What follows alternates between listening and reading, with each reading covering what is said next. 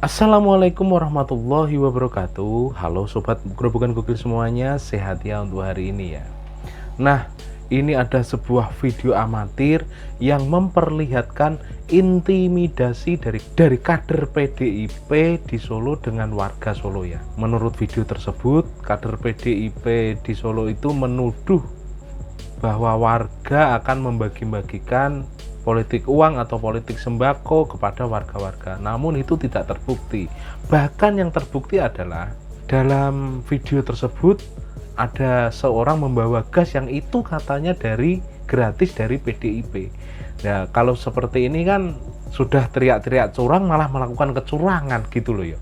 Selain itu ada Mr. Khodari yang membongkar strategi licik dari Hasto dan juga Koni untuk memecah belah Jokowi dan Prabowo serta memenangkan pilkada di Jakarta dan Jateng. Nah, seperti apa sih videonya? Langsung saja kita reaksi bersama-sama video berikut ini. Jangan mau dibagikan, curang kamu. Ya mau ini bawa seru dengan Pak, tumbas gas semundi Pak. Tadi ya, pakai mundi.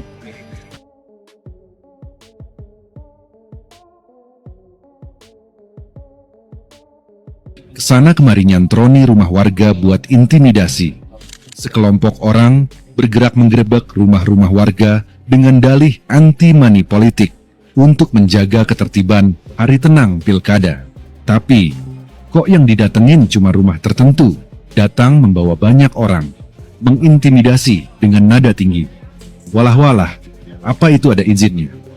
Lagi pula, anggota Panwascam Banjarsari juga tidak yakin kalau itu hanya sekedar isu atau benar-benar terjadi. Terus motivasinya apa? Demi kekuasaan, bermain kotor dengan mengintimidasi warga, menggiring opini paslon lain, bermain curang padahal sendirinya, sama saja kan? Baru dugaan tapi sudah intimidasi keluarga. Padahal tidak ada tindakan membagikan karena memang sisa tulis murah. Tumbas gas semundi Pak. Kalau yang ini jelas membagi. Tadi ya, pakai mundi. Terbukti video amatir mereka sedang bagi-bagi. Ternyata gas melon langka karena dipakai kampanye. Tidak perlu intimidasi kalau ini sudah ada bukti. Bahwa Mas Hasto akan segera ditersangkakan karena kiprahnya di pilkada. Jadi ini terkait dengan pilkada ini, Mr. Q. Terus kemudian dan itu sudah dilakukan sejak dulu, termasuk waktu zaman Anies. Dia nyebut soal kriminalisasi Anies oleh Pak Jokowi melalui Formula E. Jadi ada soal dia mau ditersangkakan, terus ada soal kriminalisasi Anies, terus yang ketiga soal partai coklat itu, yang menurut dia menggunakan Pak Jokowi dan pemerintahan sekarang gitu ya, menggunakan partai coklat untuk mempertahankan inilah cara-cara untuk jegal PDIP terutama gitu. Jadi ini Mas saya lihat sebagai Dirty Food jilid 2 ini. Dirty Food muncul lagi. Ya, muncul lagi, Oke. hanya dalam bentuk yang berbeda. Kalau dulu kan aktornya ada 3 orang ya, Fitri Susanti, kemudian Uceng Gajah Mada itu siapa namanya? Zainal Arifin Mokhtar, dan yang dari Padang itu Ferry Amsari Ya, gitu. ya. Kali ini aktornya 2. 3 juga kalau dimasukkan Akbar Iya, Faisal. Ya 3 berarti 3. Iya, 3. Nah, kalau kita bicara Dirty Food jilid 2 ini ya, ini kenapa saya sebut Dirty Food jilid 2? Karena Dirty Food jilid 1 itu kan dimaksudkan untuk mendelegitimasi Pak Jokowi sekaligus juga mendelegitimasi pasangan Prabowo dan Gibran 02 gitu. mendelegitimasi Ya, 02 02. juga, gitu. Nah, sekarang wawancara Hasto Akbar kepada Hasto dan Koni kemarin, itu tujuan pertamanya saya lihat untuk mendelegitimasi calon-calon yang muncul dari KIM, dari Koalisi Indonesia Maju ya, yang didukung oleh koalisi besar ya, yang pada hari ini mendukung pemerintahan Pak Prabowo gitu. Nah, kata-kata Pak Prabowo ini atau Prabowo ini harus kita sering munculkan gitu. Karena dalam konteks dialognya Hasto dan Koni itu nama Prabowo ini cenderung dihindari. Ya. Mereka nggak mau menyerang Pak Prabowo gitu. Mereka nggak mau menyerang 08 gitu. Mereka selalu mengkonstruksi bahwa biang keroknya ini ya ya problem utamanya ini adalah Pak Jokowi. Ya, desain yang gerok desain 07 desain gitu ya. Ya. Desain politiknya lah ya, Desain politiknya. sutradaranya ini semua gitu. Mereka nggak mau move on dari Pak Jokowi dari 07. Walaupun de facto de jure pada hari ini presidennya adalah Pak Prabowo gitu. Nah, ini kan aneh kan?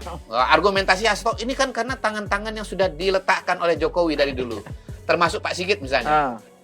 Oke, Pak Sigit itu terpilih dan dipilih oleh Pak Jokowi pada waktu itu. Tetapi kan pada hari ini presidennya Prabowo gitu loh. Betul. Jadi di sini kita melihat bahwa memang dialog ini adalah sebuah political plot atau desain politik. Ini propaganda politik gitu. Yang salah satunya lagi adalah untuk ya istilahnya mengadu domba Prabowo dengan Jokowi gitu. Mereka they want to make friends with Prabowo dan mau menciptakan enemy-nya adalah Jokowi gitu. Iya. Betul. Jadi ini sampah-sampahnya mau dilempar ke Pak Jokowi semua. Nah, ini dimaksudkan untuk mendelegitimasi calon-calon dari Kim. Yang kedua ini pancingan politik. Pancingan politiknya di mana? Pancingan politiknya adalah justru mereka ini mengharapkan agar Hasto itu betul-betul ditangkap dan diproses hukum oleh polisi. Betul-betul gitu. ditersangkakan. Iya, ditersangkakan gitu. Nah, kalau sudah ditersangkakan gitu ya, mereka berharap bahwa parcok emosi gitu dengan Hasto gitu. Betul-betul dikasih pasal lalu ditahan, ditangkap. Maka akan segera dibangun sebuah front besar ya, front oposisi gitu ya, yang mengatakan bahwa ini adalah kriminalisasi. Ya, dan itu nanti akan dikembangkan kepada isu politik gitu. Yang justru energinya itu ingin dibangun untuk lagi-lagi memenangkan calon yang didukung oleh PDI Perjuangan, khususnya di Jawa Tengah dan di Jakarta gitu. Karena kalau di Jawa Timur dan di Jawa Barat itu sudah berat. Karena kandidat dari Koalisi Indonesia Maju yaitu Khofifah di Jawa Timur itu sudah leading jauh dibandingkan dengan Ibu Risma gitu. Jawa Barat juga Deddy Mulyadi juga begitu. Makin jauh lagi itu. Antara Deddy Mulyadi dengan kalau nggak salah calon dari PDI ya JJ ya namanya kalau nggak salah itu makin jauh lagi. Jadi ini sebetulnya mau ditunggangi jadi sebuah gelombang politik baru gitu. Walaupun sampai hari ini saya lihat parcok tidak encok. Kalau encok kan marah-marah ngeluh-ngeluh kan gitu. Enggak gitu.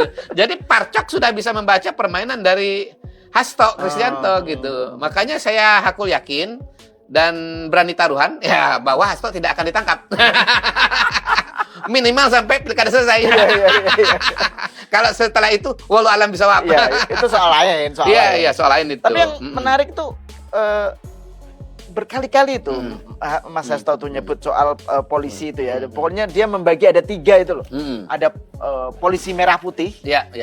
Yang itu adalah kubu yang kira-kira searah lah dengan PDIP gitu ya. Terus kemudian Partai Coklat gitu ya, itu yang Pak Listio Sigit dan pokoknya ini yang dikendalikan oleh Pak Jokowi. Terus yang abu-abu gitu. Jadi dari segi pembacaannya aja kelihatan bahwa ada upaya untuk pengen memecah polisi.